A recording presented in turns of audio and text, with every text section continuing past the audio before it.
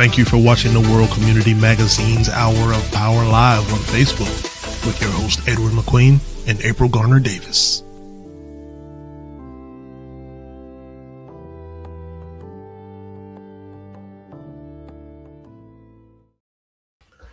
Oh, good evening, everyone who's watching Women's History Month, our broadcast today, and of course, Miss April Garner Davis. Good to see you, April. Good to see you as well. How you doing?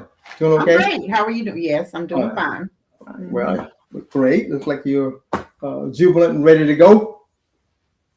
Okay. As I was pointing to our audience that about Women's History Month, March is Women's History Month, and so April, we have guests that I think that you're more acquainted with that much more than I am. So not necessarily. We're both getting to know them tonight. So really? Yeah, we're both getting to know them tonight. You know, when we decided to do this focus on Women's History Month, one of the things that we wanted to do was to feature women who are doing powerful things in their communities, and especially people we had never heard of before. And so we started the month with Barbara Black, Lydia's Desk, and I heard of Barbara, but I knew that there were a lot of people who were not familiar with Barbara and her work.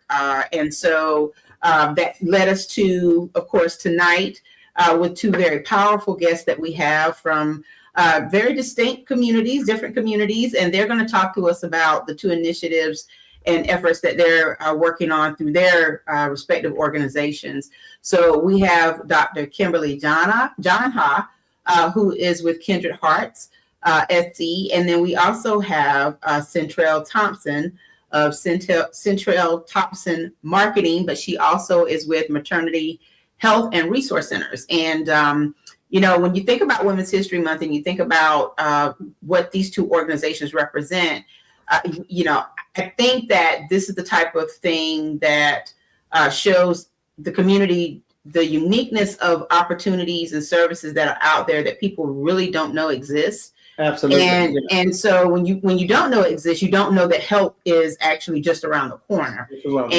So, you know, Maternity, Health, and Resource Centers kind of speaks for itself within the name, but Kindred Hearts is all about providing support and resources for people who are guardians to their kin. And that's a really serious and a central topic that we need to talk about as well. So we're going to start. Growing concern. So we're going to start the broadcast with Ms. Syntrell Thompson, and then later on we will have a great conversation with Dr. Kimberly Janna. So without further ado, let's bring on Ms. Syntrell Thompson. How are you this evening? I am well. We go dark. Yeah, it went dark again. I don't know what happened. Oh gosh. You maybe do the thing that you did in when we were pre-show. Okay. Go out and come back in. Let's see what happens. Try that. Yeah. Right. So I'm going to remove her from the screen for just a moment, and we'll get her up a little bit. So Maternity, Health, and Resource Centers, their mission is to facilitate learning opportunities supporting the unique needs of moderate to low income parents, prenatal through 3 years old. Right. They're advocates and community health workers who specialize in connecting residents who are living in rural communities, which that's another very important aspect of this. Yeah. And it allows them to gain knowledge and increase their skills for parenting and improving the quality of life. So very important mission indeed. So let's see if Ms. Syntrell, if we can bring her back on. Yes, now we have you. Might go back again. Okay, let's hope not. How are you doing this evening? I'm well. I'm doing well. All right. Thank you for having us. You're welcome. Thank you for joining us. And so I was kind of reading the mission statement from your website. But before we get into it, why don't you tell us a little bit more about who you are and why you founded this particular organization? Okay. My name, once again, is Syntrell Thompson. And I started out actually doing community outreach and marketing for nonprofit organizations that normally work with low income to moderate income families, helping connect them with resources and things as it relates to doing and making healthy choices for themselves and for their families. So it's been about 20 plus years that I've actually been doing this. And when it came down to retirement, I said, you know what? Let me continue on in the vein of, uh, uh, working with these families. And one of the most important parts of what I felt like I was doing was working with prenatal and expecting uh, persons and their babies. And so, in turn, we ended up founding the Maternity Health and Resource. Uh, we call it centers because we go from basically space to space, putting up our little maternity hubs and connecting families in those areas, mainly in rural areas. So we do a lot of door-to-door activities when it comes to some of our families because they don't. Transportation is a big issue. Mm-hmm, mm-hmm. Mhm. So you've given us a great overview of the work, the nature of the work. But what really inspired you to get involved in this type of work over anything that you could possibly do? What inspired you to do this? Mainly, what inspired me is growing up as a child. My grandparents were caretakers of what I call our whole little neighborhood, and they basically, at 7 months or so old, uh, took me in and raised me as a daughter. And so I've always had the love of wanting to care for, I don't want to call them unwanted children, but for children who may not start lives with the what we call the picket fence. I talk a lot with my hands, with with the mom and the dad and the dog and and the cat and all that stuff. But they may have a little maybe a single parent or a single mom, or of late have had the opportunity of working with a lot of single dads, and it was something that was probably almost inbred in me because I felt the love that they gave me, and that's what I want to help to create for families in the community. So that's really what drove me into doing this work and what fuels me into doing it. So your life experiences pretty much became your mission and your assignment, and that's a wonderful thing because you've lived a life and you've seen the needs, the gaps. You understand the impact that this type of service or these services can have on families that are not necessarily traditional families. Certainly, your grandparents, as you said, were caretakers of the neighborhood. They raised you as a daughter, and that's actually not unheard of. That's something that I can recall stories of my mother and father talking about people who did that within their communities. My mother actually was a product of something similar. Mm-hmm. And so it's great. And I think that your focus on rural communities is especially important because of, like you said earlier, access issues and just the fact that there is a disconnect within rural communities, especially for people who can't always get to the services, or there are just no services that are present in their community. So as you've done the work over the years, what are some of the things that people tend to really need help with, especially and I like what you said about, helping not only expectant mothers, single moms or whatever, but helping dads as well. That's a big part of it, because there are males who are also trying to raise children and maybe on their own. So what are some of the things that people often come to you saying that they really need help with? Well, diapers. We started our little mobile diaper pantry basically out of the trunk of the car. And throughout the pandemic time, they put diapers on the back burner, and they started to make other items in the same spaces where they were actually creating and making the diapers. So we ended up having a shortage of diapers. We had a shortage of formula. And so when we could get a hold of those items, we literally went from community to community, set up in parking lots, and open the trunk of the car. And, those that had transportation, some of them would pile 2, 3 deep into a car, come by, get those supplies. And in some of the counties that we were beginning to serve, some moms would pick up for 5 or 6 of their friends, so that those supplies could be given to those moms and those families. I use the word mom, but grandparents raising grandkids is a huge uh, uh, family unit within our community, as well as I said, fathers.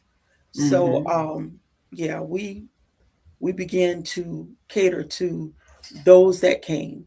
Now, I don't think we've shared where your organization is located and the areas that you typically, provide services. So where is your organization located? And tell us a little bit about, the areas or counties that you serve. Well, a home base, I'm in Sumter, South Carolina. And Sumter sits basically in the middle of South Carolina. It sits we're almost dead smack in the middle of South Carolina. You can get from coast to coast in less than 2 hours. And basically, throughout the past several years, I've served those 13 counties, mainly in the PD region. Sumter County, somehow or another, we ended up becoming a part of the PD region. So we serve those families in Williamsburg, the Horry County area, all of the areas that are considered the PD, Lee County, Clarendon County. But because we have done well and other agencies want these services for their communities, they will actually get a diaper drive together. We go over and we serve in Richland County. We've served in Calhoun County. We go to Orangeburg, wherever there's a group that wants to say we need to serve some families. That's basically where we've been going. So what are your modes now of transportation? You said that there was a lack, or there was a concern for a lack of transportation or adequate transportation, so to speak. What different modes do you have? I mean, do you have many vans? No, we don't have many vans. Those are MANY, not MINI, not the minivans. Yeah, no. Those of us that have cars, we would literally pack them in the trunk of our car, and we will put them in the back seat of our car. I do have a van, but we go from place to place basically as outreach workers and community health workers. We are using what we have in order to serve the community. So no, there's no van with, and I'm that's one of my dreams is to have a literal van with our little name on the outside of it. But right now, no, that's not what we have. Go ahead. But I think what you're referring to. Would you have any? Yeah, would you have any issues of maintaining if you had a couple of vans? An ongoing issue usually that's pops up when people own vehicles like that, and for services like yours, they have maintenance issues and upkeep and all that kind of stuff. I don't know if you look that far for that, but since you don't have a van, can you foresee any issues with that if you had a couple of vans or if someone donated vans to you? Yeah, if someone donated vans to us, it would be within our budget to keep a line item for maintenance for those vehicles, to get them serviced, on a regular basis. Yeah, so if they were donated, trust me, we would take care of them. I think what she was referring to when she talked about transportation issues were the people who need the services, not her. Yeah. So the people who need the services have the access issues because they can't get to Right. the places that they need to get to in order to get, the supplies or whatever it is that they need. But yeah, so your outreach is definitely grassroots, and Yes. and that's, it's amazing because it's similar to Dr. Black's yeah, her efforts being, starting as grassroots efforts, and that's a wonderful thing. And as you grow, hopefully you can grow your fleet, or become, generate a fleet of vehicles or whatever. I'm sure that's on your wish list. But I want to get back to kind of the services and things that you talk about on your website as far as the offerings to the community.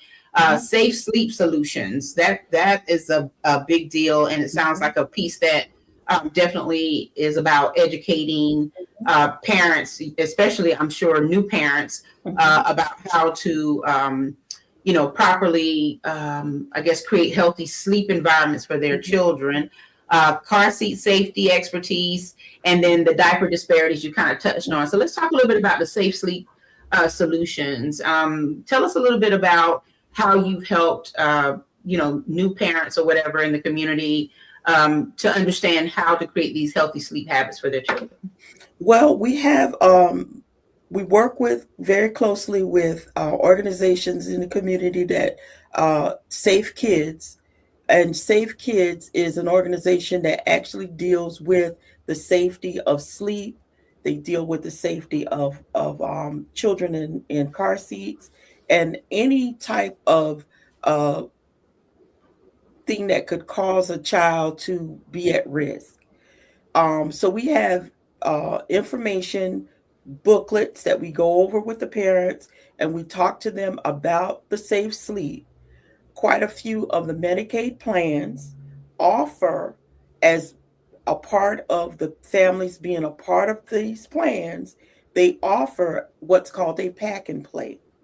Our organization was actually gifted some pack and plays, and we were able to give one to a mom today, a mom and a dad. We were able to give them a pack and play, and what basically that is we want to make sure that the child has a safe place to sleep, not sleeping with family or in the bed with the mom, and then to get that understanding.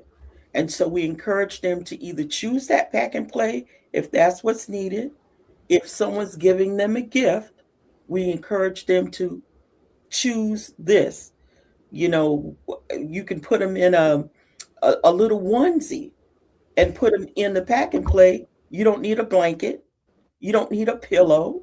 All you need is a little onesie, and then that pack and play, put the baby on his back, and then that's safe. When the child then begins to turn over and can control himself, then you would move them on to, something just a little bit bigger. Same thing with the car seat.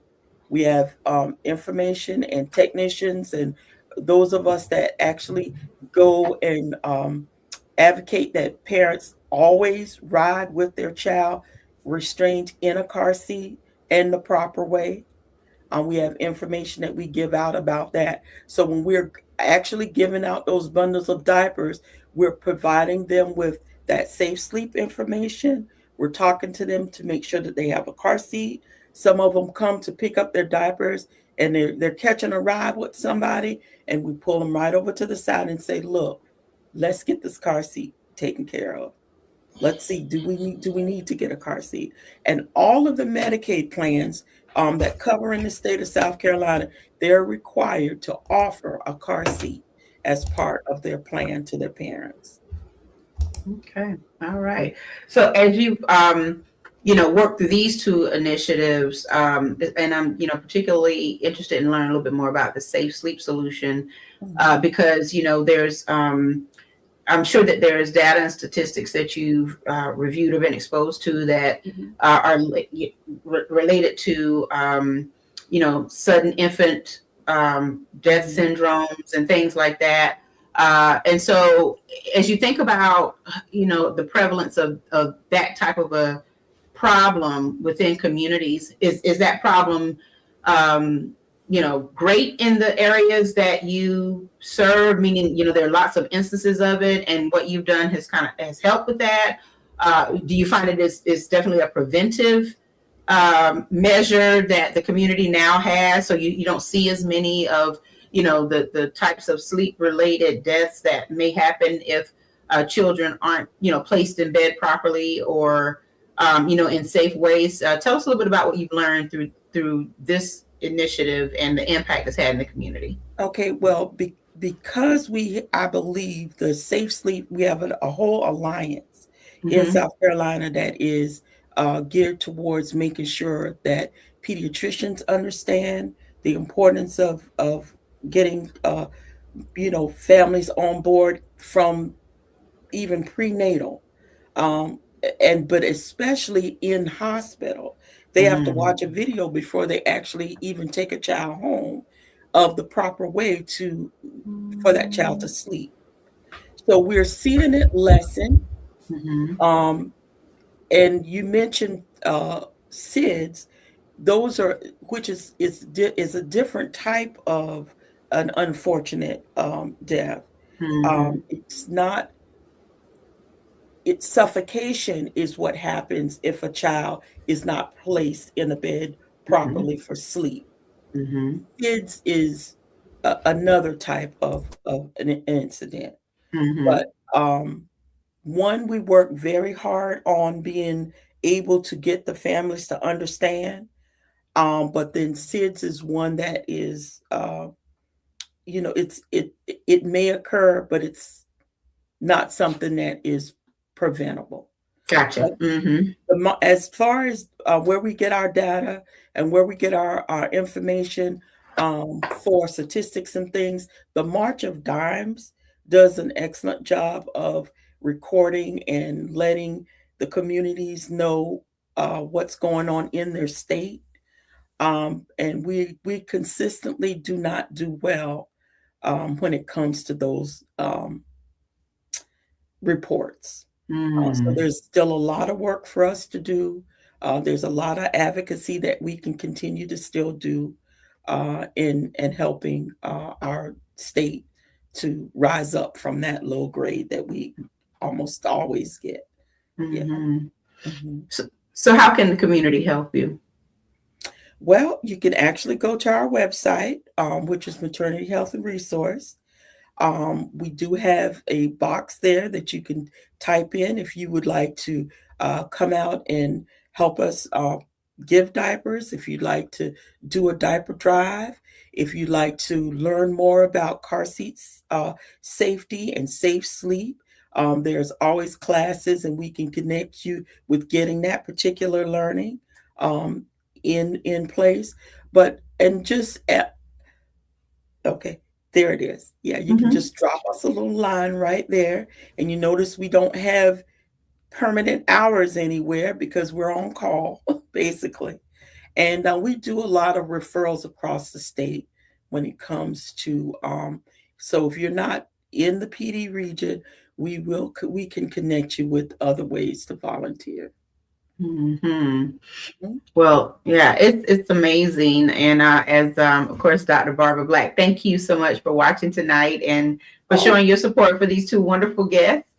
She says this woman is just amazing. And it is great to know that there are services like this, even from a grassroots standpoint, and that the focus is on maternity health and how families can actually have a better quality of life as they are raising their children, and families and individuals, I'll say, whether it's traditional families or those who are standing in the gap to do what they need to do for the infants. And so you talked about, of course, the diaper day giveaway. I think you and I had a little conversation about that and how that happens, and that's one of the efforts that you tend to work on. You've of course addressed the diaper disparities and all of the other types of services that are available. And you talked a little bit about how the community can help. And so, of course, I'm sure you'll want to impress upon the community that donations are always helpful. because donations will help you one day get the fleet that Brother Edward is talking about. But also, I mean, as a grassroots organization, I'm sure that when it comes down to funding, you have your funding sources, but that is also one way that the community can be a part of this initiative. So on the website, if you are visiting the website, you can certainly see that there is a way to donate to support this cause and to contribute to the mission. So is there anything else you'd like to share with our guests tonight and anyone who's watching as far as, your outreach, the areas you serve, and what you would like for them to carry away from this broadcast as a takeaway as they share the information about what it is that you do? Well, I do want to thank you all for actually giving us this platform. That helps out tremendously because closed mouths don't get fed. So you're giving us a voice tonight, and we thank you so very much for that. We thank you for your tireless work that you do in the community, and we also thank you for your efforts in just taking what we do and not calling it null. You are giving us a voice. We thank you so very much for that. Thank you. You're welcome. Ms. Syntrell Thompson, Maternity Health Resource Centers, and of course the Syntrell Thompson Marketing Group. You're very busy these days. Well, I didn't good. even say anything about the marketing group because basically that's how we got over here is because yes. Yeah. Brother Edward, do you have anything to say before we say goodnight to Ms. Syntrell? No, I'm just excited that she was here to convey all this information that a lot of us need to hear, really. Okay, in order to give her feedback and find out what her requirements are, and so that she can continue to, help the community that she's in, and more broadened than the immediate community, because she mentioned in the PD area and going back west because of your central location, which is in Sumter. I certainly appreciate that, and if we can assist you in any way with the broadcast again, just let us know. we will. But Brother Edward also has the magazine, World Community Magazine. So if you are ever interested in learning more about the magazine, please drop me a line and I'll be sure to connect you, Brother Edward. It's a monthly magazine that is about community. This show is pretty much a spin-off of that. I'll say that. We used to be on radio and now we're here. But so thank you, Syntrell Thompson, Maternity Health Resource Centers. And you can learn more about her organization at maternityhealthresource.com. And we thank you for being with us tonight. Thank you. Thank you so much. Godspeed. All right, Brother Edward. I tell you, we're learning some good stuff tonight. Oh, really? I'm sorry. I'm really excited about. And last week, I mean, these people are coming in with, this information that not just the community wants to hear, but they need to hear this. They need to hear things it. like this, and that to facilitate our growth, because as you know, South Carolina is the fastest growing state in America now in terms of population. We got to be prepared in some kind of way in order to become self-sufficient ourselves. Okay. Absolutely. I was speaking with a colleague earlier this week who was at a conference talking to someone from out of state, I believe, maybe up north, New Jersey, New York, somewhere. And the person he was speaking with said that they're pushing their initiatives into South Carolina because South Carolina is the place to be. And I'm like, really? But you can see it in Horry County. I mean, the growth, the population boom in Horry County is just, it's phenomenal. Every time I visit, it's like there's a new community, a new housing development. And you can tell that Conway, as an example, is trying to, if not keep up, catch up because of the, redevelopment of the mall in Conway and all the wonderful things that are going on downtown under the leadership of Mayor Barbara Blaine. And, there's so many wonderful things that are going on. And shout out to Mayor Barbara Blaine for Women's History Month, first Black mayor of Conway.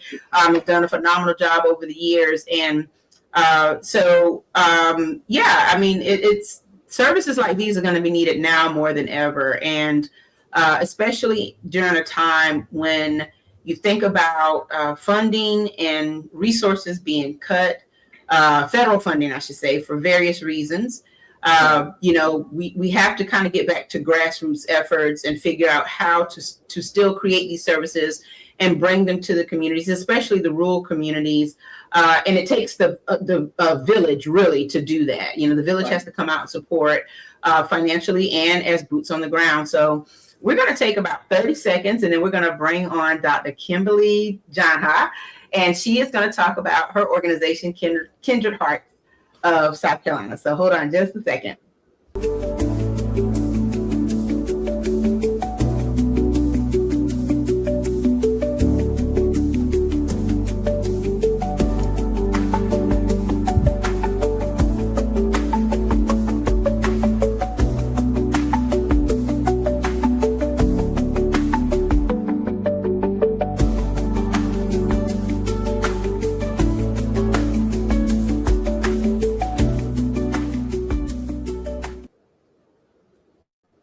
And we are back, right. And she's already smiling, Brother Edward. Ready to get in? Miss Syntrell was on my topic. I was like, okay. Look, we need to bring Miss Syntrell back so y'all can talk it out. We can certainly do that. But I'm glad she's still holding on in the background. And but before we get into it, I wanted to give a special shout out to Verdell Beckman out of Columbia, South Carolina. Now, Brother Edward, Columbia, Ms. South Carolina. Yes, Miss Verdell is very special. She's usually the first in the studio.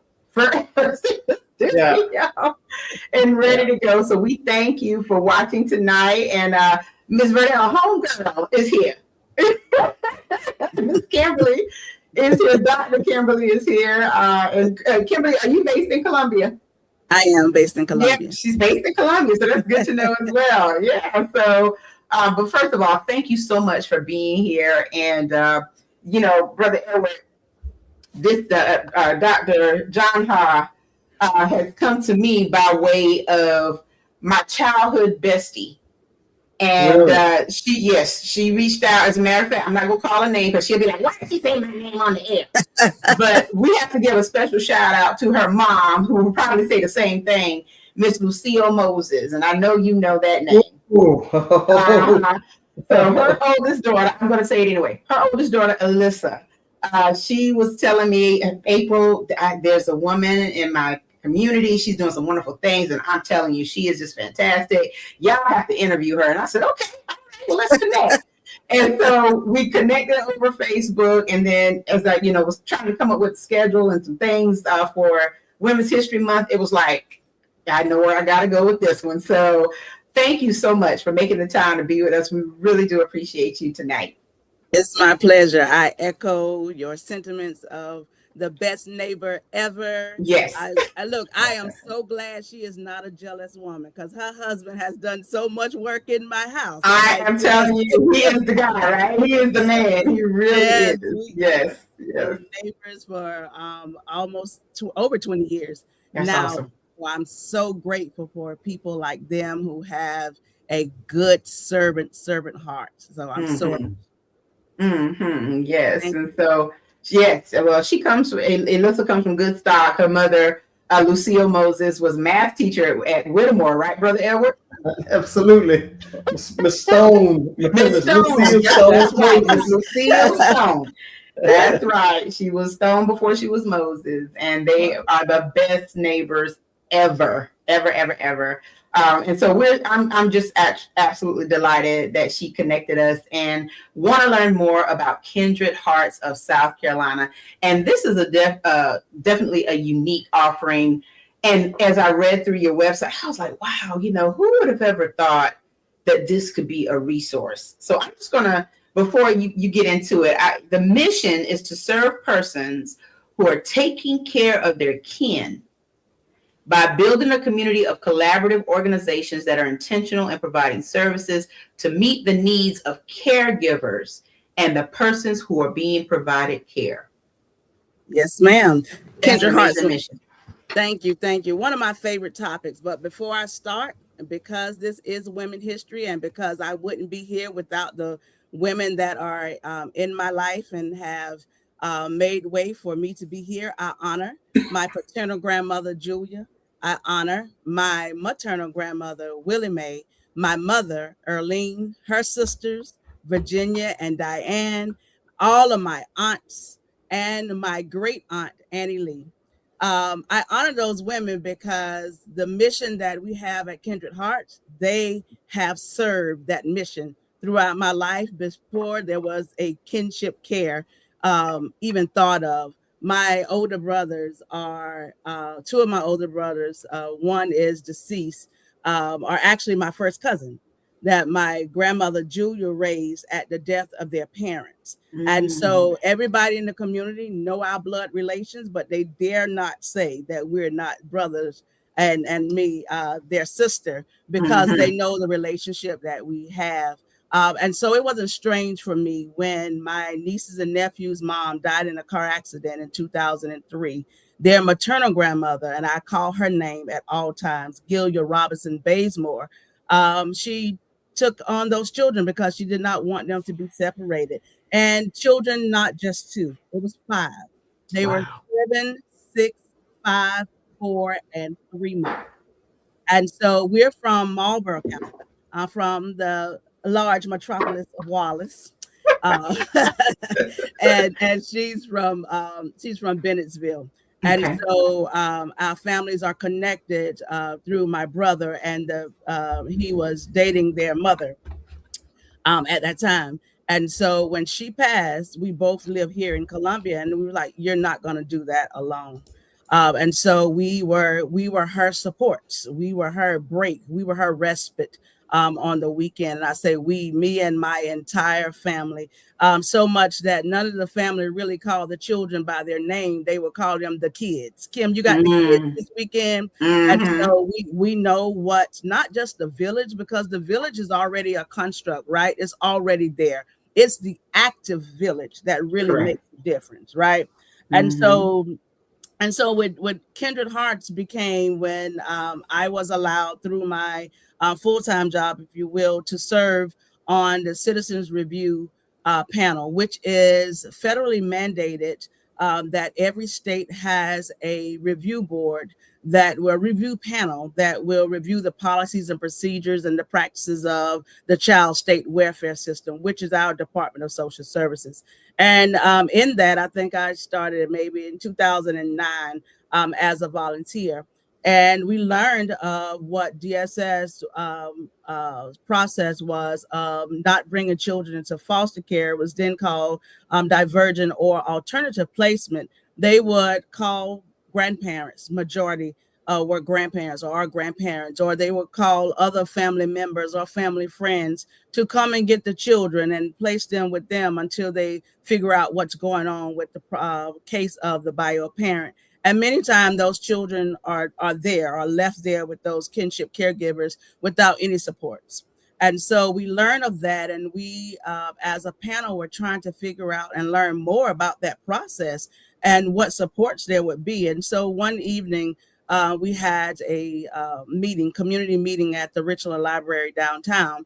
And we learned that, these caregivers they didn't have any supports, and they didn't really know what to do in their cases. And then we also learned that a lot of the kinship caregivers weren't even connected to DSS, but they had those children with no legal supports or no legal really authority to actually have the children. But we know it's an age-old phenomenon of somebody stepping in to make sure that the children are well, right? And so we learned from that there were no resources. And so I've titled myself for Kindred Hearts as co-founder, because I always pay homage to the intellectual properties of the young ladies that were on that committee with me.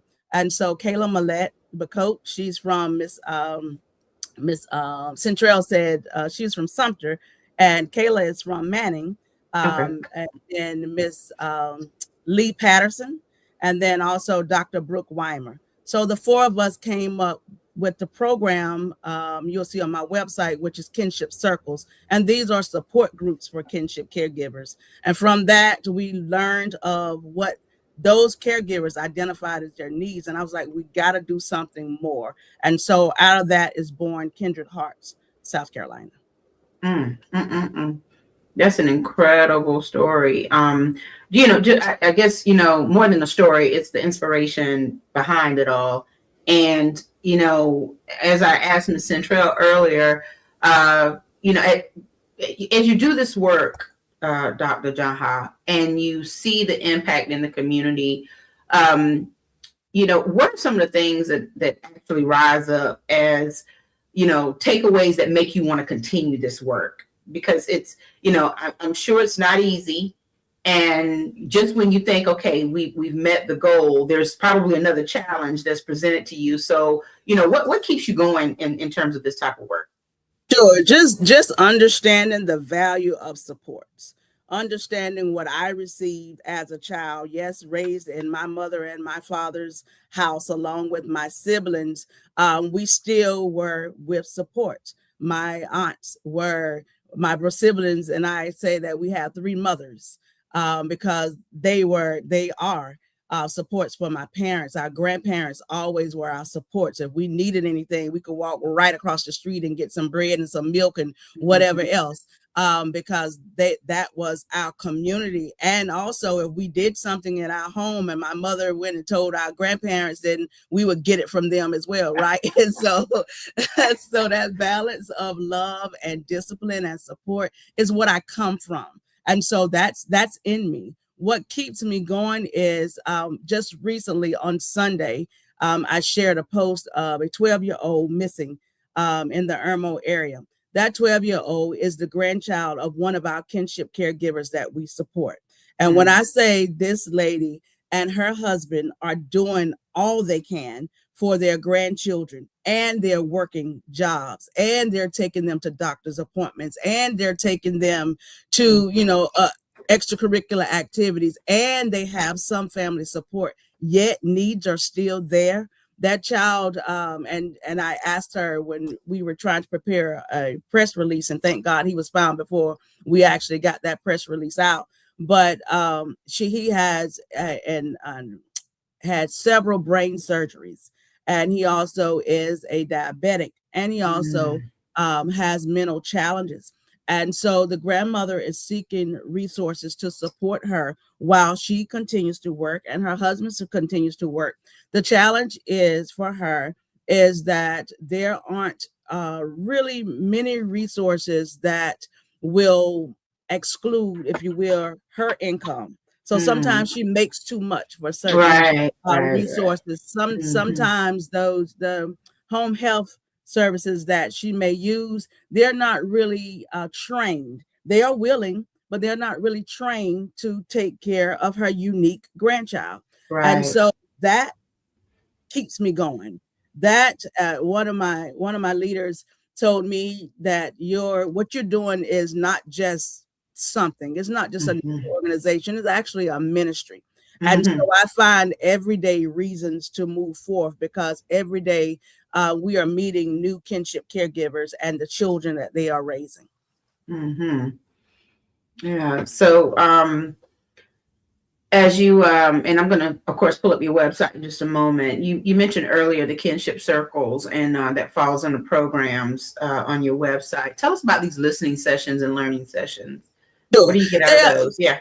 They often happen in concert. And so kinship circle is our support group. So you hear people say support groups. We like to call them circles, because we know that we are connected and we want to stick together. We want caregivers to know that they're not in this alone, that they're not by themselves. They don't have to do this alone.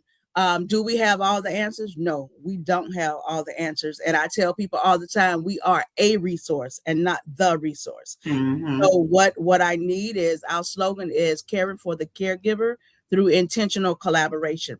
What we need are community persons to step in and let us know what they're doing, so we can make sure that our kinship caregivers understand what the resources are and where they are. And so the listening part is just that.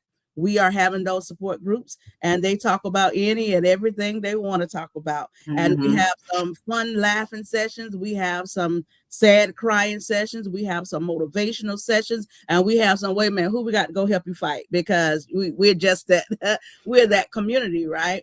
And so from that, we hear what they're saying. And as a human service professional, we often like to hear what people are saying and say, okay, well, I'm gonna get this for you and I'm gonna do that for you, and you need this and you need that. And I'll say, what I'm hearing you saying is this is needed for your grandchild, or you may need support in, or you may need additional information. Is that a resource you would like for me to bring to you?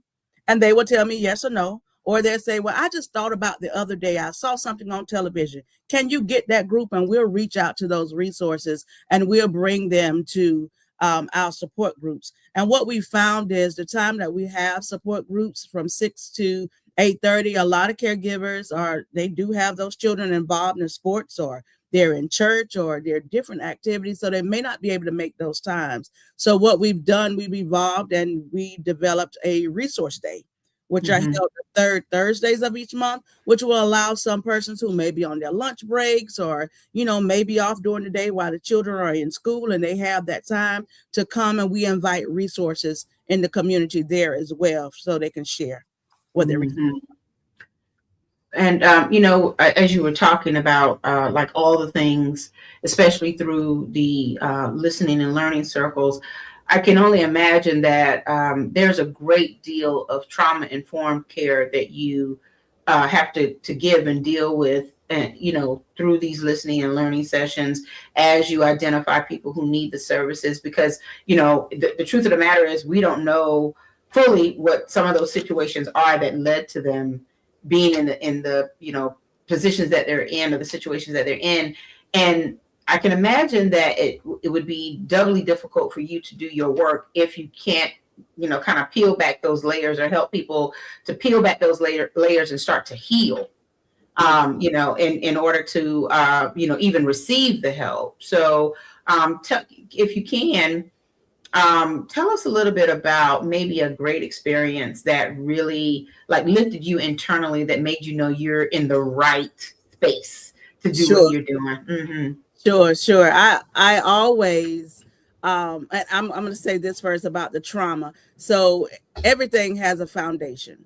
And so what I do with the caregivers, whenever meeting them and addressing them, I'll ask them to share as much as you want to share and as little as you want to share. All I ask is that you be honest, so I'll know where we are and I'll know where, we can go together. And so with that said, I often mention I have about 8 ladies that, and maybe I shouldn't say it, but I guess since I started, I'm going to.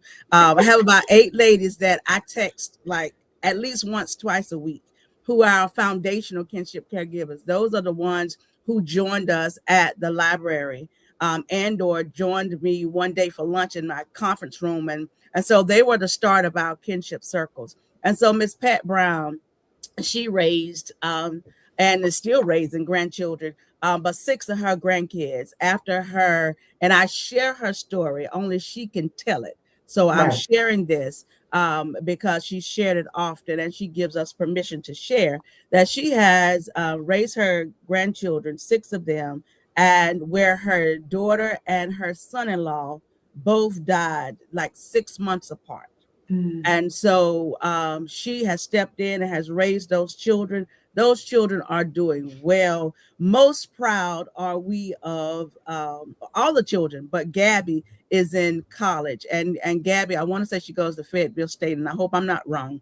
But Gabby is just doing what she does, and she gives back to her grandmother as much as she can, not necessarily monetarily, but thanks. Grandmama, I wouldn't be here if it wasn't for you. Grandmama, I wouldn't be in this beauty contest if it wasn't for you. Grandma, I wouldn't be braiding hair if it wasn't for you motivating me. That's a success story for me. For those children to see that, yes, my parents are deceased, but I never went without love. Right. Yes, I didn't get my mama's love, but motherly love is available. And so that's what we try to we try to tell our caregivers thank you all the time, but I think it's much more whenever these children can look back and see how love has carried them. So that's success to me. Mm-hmm. I'm reading a little bit about your it's your bio, because we kind of we even skipped all that, as far as you explaining like who you are and all of the things. I see that you are a Gamecock, fellow Gamecock. I love it. Yes, forever to there be. you go, forever to be. Exactly, forever to be. And it also explains that your bio kind of describes your work as being an advocate for kinship care. And you've described, how that unfolds in terms of the work that you do, the work that you and your team do, or anybody who's helping you. And as you see that happening, why is it important now more than ever to make sure that this work is sustainable? It's important because the numbers are increasing of kinship care placements. Within, I think I last saw there's probably right now around about 1,000 children that are placed in kinship care through the Department of Social Services here in South Carolina. But statistics tells us that for every one child that's in foster care, there are about 308 children who are in what we call informal kinship care, which would be what my nieces and nephews grew up in. There was no DSS case or anything to support the grandmother. That's why family and where family stuck in as the stepped in. And as the crime rates grow, as death grows, as incarceration grows, as all the negatives heighten, family steps in. And so family stepping in without support raises the burden of all the other trauma that has brought them there. And not just trauma. And so what I like not to do, I try to be intentional and not being what I call an absolutist thinker, where kinship care only happens through trauma. Well, kinship care can also be where the bio parents are going to college, or the bio parents are in the military, and then some family member or the grandparents step in to make sure those children are in a stable place. And so this is important to make sure that stability is maintained and supported. So increased support through the community, so we can know, even with the kids who parents are in military, every time that family, soldier or the military personnel deploys, then that child has to go to, oh my goodness, my bio parent is leaving me again. And so those challenges that those caregivers have to help that child walk through, they may need a professional psychologist or a therapist or professional mental health professional to help them through that. So this work will allow us to build those community supports and community connections, so our families will have access to those supports, so that they and the children and their kinship care living environment can thrive. So let me ask you, I know we're creeping up on time, but you're fine. yeah, what does your vision look like, greater than what you have on the website? My ultimate vision is for anybody who chooses to raise their kin's children for whatever reason, have access to resources they would want for absolutely nothing. The barriers for them, in our case, my nieces and nephews' grandmother was working, but she had to quit her jobs so she could get, back then it was food stamps, so she could get SNAP benefits so that she could feed the children. She made $1 too much. And so she could not get SNAP. And so when she quit her job, she was eligible for that. And so my vision would be that $1 wouldn't be a barrier. I think that the more we share with our lawmakers, the more we share with the agencies that are making these policies on all levels, state and federal levels, that they will become aware of the large population of kinship caregivers and kinship care families, and we can decrease some of these barriers. So my vision is to have a well-supported kinship care living environment, no matter the foundational placement. So, and you're ready to meet the challenges of making sure that happen. I'm sure you talk like that anyway. Most definitely, because I know I'm not doing it by myself. I know that there is community. I like to believe that whatever we need, whatever the need is of us as individuals or as a family, is within our community.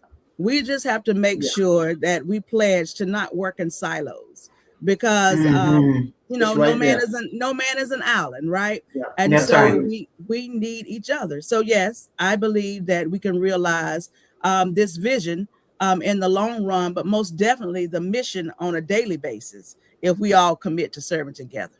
Absolutely. I believe that. Yeah, I'm with you on that. So, Dr. John Howe, let's talk about this Social and Emotional Intelligence Summit. Tell us what's going on April the 11th. This sounds like good stuff. We are so super excited. So our board chair, Miss Alexis Scurry, and I were sharing one day about our children and some of the challenges they've been having in the school setting. For my son, it was with an adult within the school setting who thought that maybe he was just too much. My child has an ADHD. It's not diagnosed medically, but with my studies and me having ADHD for 50 years now, I understand the symptoms of it. So in sharing that, he just experienced, adversely responses from an adult that kind of made him, have some type of emotional and social challenges going to school. Every day I could ask him, how was your school? How was your school day? And he would say, this happened, and that happened, and that happened, and what else happened? Well, it was good in these classes, but in this one class, it wasn't.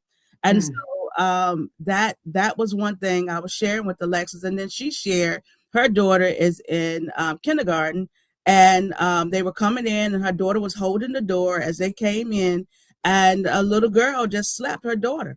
And they asked the girl, why did you slap her?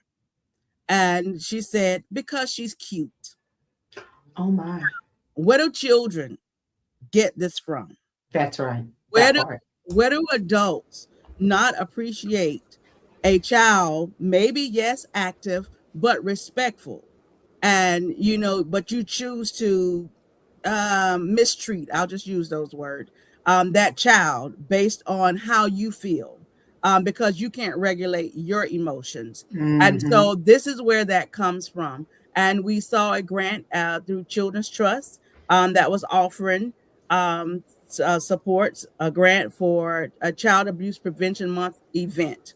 And so we said this would be good to have, because what we know is a child is always watching us. And if we as adults can't regulate our emotions, if we can't socialize well, if we can't try to overcome some of the traumatic foundational events that's happened in our life, and we lean more to the I'm gonna get you before you get me, then our children see that, and our children learn how to behave based on what they see us. So this is what this is all about. We need all adults in South Carolina to come in the room. Yes, everybody. And we'll find a way to feed you.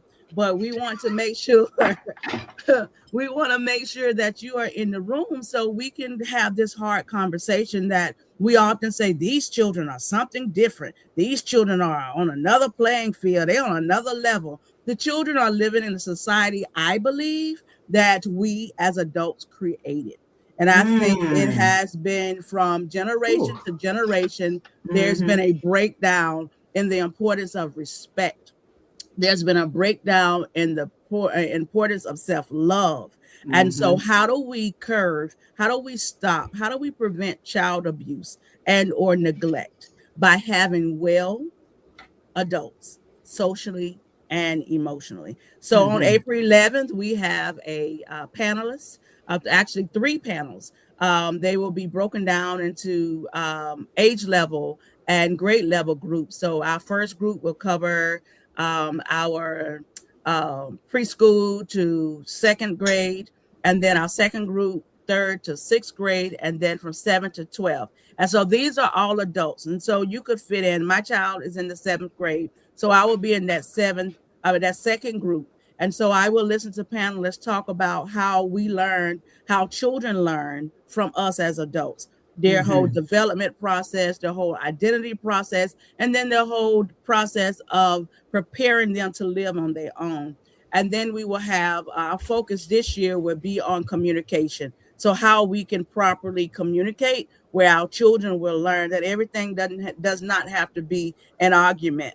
You know, everything doesn't have to be taken personally or be seen as someone is trying to put you down, but also accept criticism. But we also need to know how to give that. So all of that is wrapped up in the idea of, if we are well as adults, then we can have thriving children, and then all of the negatives that they face can be depleted, if you will.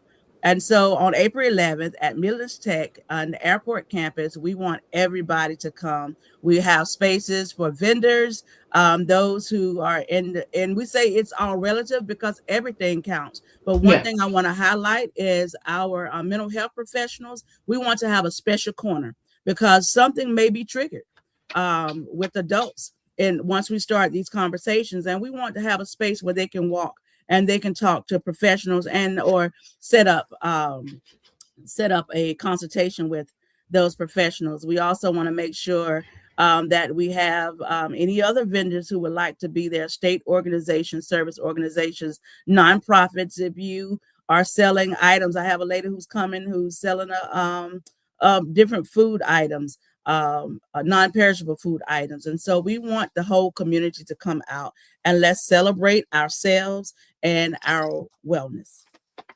Well, first of all, this is an incredible idea for a summit.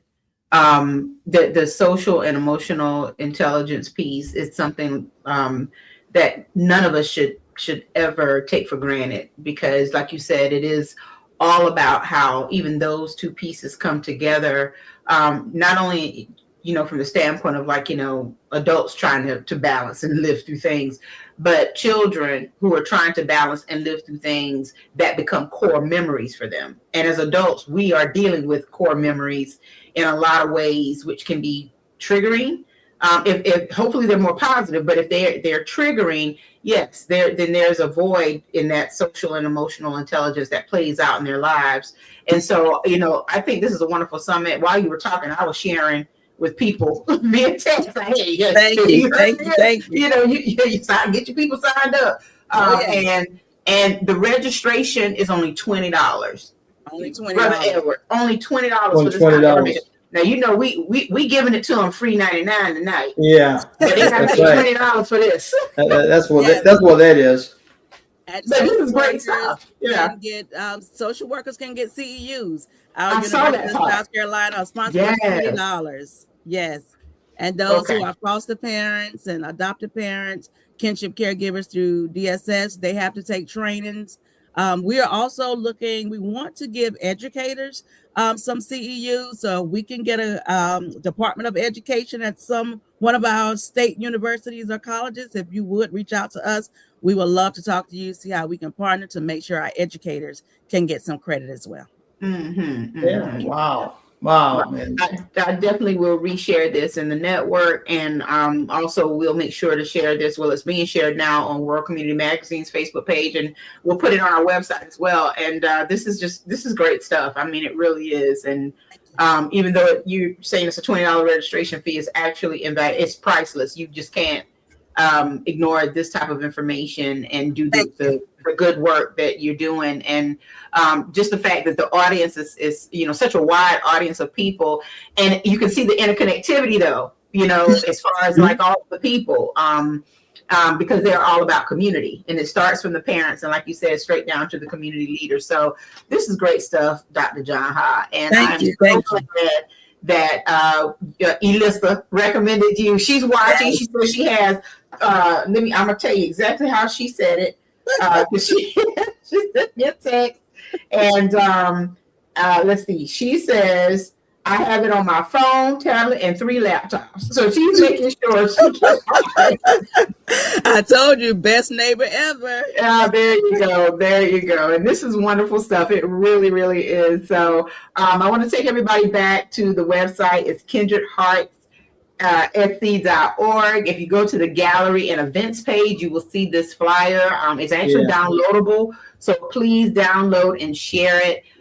There's a QR code, so you can scan that. I imagine that takes them to the registration piece where they can where they can register and just, walk yourself through the site and see all of the wonderful things that they do.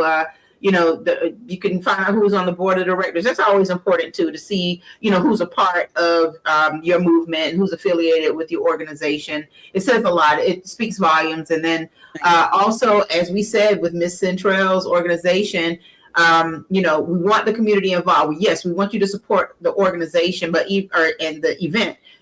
Beyond supporting the event, what else can the community do to support you, Dr. Janna? They can donate, and what else can they do? Do you need boots on the ground? What do you need? What do you need? Yes, we definitely need volunteers. What we are seeking to do is we have about 7 counties that we have what we call ambassadors, and our ambassadors are community persons who live within the community. I'm from Wallace, but I don't live there. So we have persons in the community who are trusted persons in the community who can help us spread the word about Kindred Hearts. Not only that, but for us, most importantly, to connect with kinship caregivers in that community and to connect with community resources so we want to connect in all 46 counties of South Carolina. My heart, because I reside here in Columbia, I am a country girl. And so my heart is for the rural community to make sure that there is access to whatever is needed. A lot of the organizations in Columbia serve rural communities. We just need contacts there. And so that's one thing to gain ambassadors. Please reach out to us. Let us know that you want to help us. Of course, we need volunteers. What we do, we like to pair families with community persons so they know that they have somebody they can reach out to, which is a connection connected to our organization. And so we can find resources. We need community resources or community organizations to reach out to us or allow us to connect with you so we can share with our persons what you all are doing. And of course, with the nonprofit organization, we need funds. Yes, grants are out there 9 times out of 10 because we're just getting started and we're under 10 years. We have to build our base. And sometimes you have to have money to show people that you can maintain money, right? And what I do believe and what I love is that whatever we need, community has it. So I ask you all, if it's $1, if it's $2, $5, 10, 20, 2,000, $2 million, we will take it. We want you, because we want to make sure that we are connected. We are trying to build a caregivers fund where caregivers need anything that they may need for themselves, then they can apply for it and we can help. We want to do a recreational fund for when they want to put children in camps that they can't just pay for out of pocket. We also want to do what else? Oh goodness, a summer camp for kinship care children. So there's a lot of stuff that we want to do that takes money. So your in-kind donations, if you have a building that we can use for summer camp, all of that, I can go on and on and on. Email me and I'll send you a list of things that you can do. So what I do believe in, honestly, all jokes aside, I believe in it. And I believe we're going to move and we're going to grow. We're going to thrive because we are community founded. We are community, our site is on community, and I believe we'll be community funded. So right now you're in Clarendon, Dorchester, Lawrence, Marlboro, and Richland counties. Your goal is to eventually reach out into all 46 counties. We're waiting on you to come to Horry County and do what you have to do. And so this has been some wonderful information, Brother Elwood. How in the world, look, Brother Edward, all of this work is being done and people don't really know about it. We still have a lot to do, Brother Edward, because we got to get the word out about these organizations and these efforts. I'm telling you. Yeah. Well, that's why we're here, and we're focusing on that. It's going to happen. It's going to happen. So, yeah. Absolutely. Looking forward to it. Yeah, so thank you, Dr. John Hawk, for being here. We won't tell that story tonight, but we'll have to bring you back and you can tell the story the next time. Sure. We really appreciate you being here tonight. Thank you so much for being a part of our focus on women's history. You're making history. You're absolutely out South Carolina doing what you're doing with a very unique offering. And we certainly wish you the best, and whatever we can do to support, we are here. Like I said, we'll pass on the information and through our media platforms, and we'd love to have you back later. Maybe even we can do something that's a focus on social and emotional intelligence.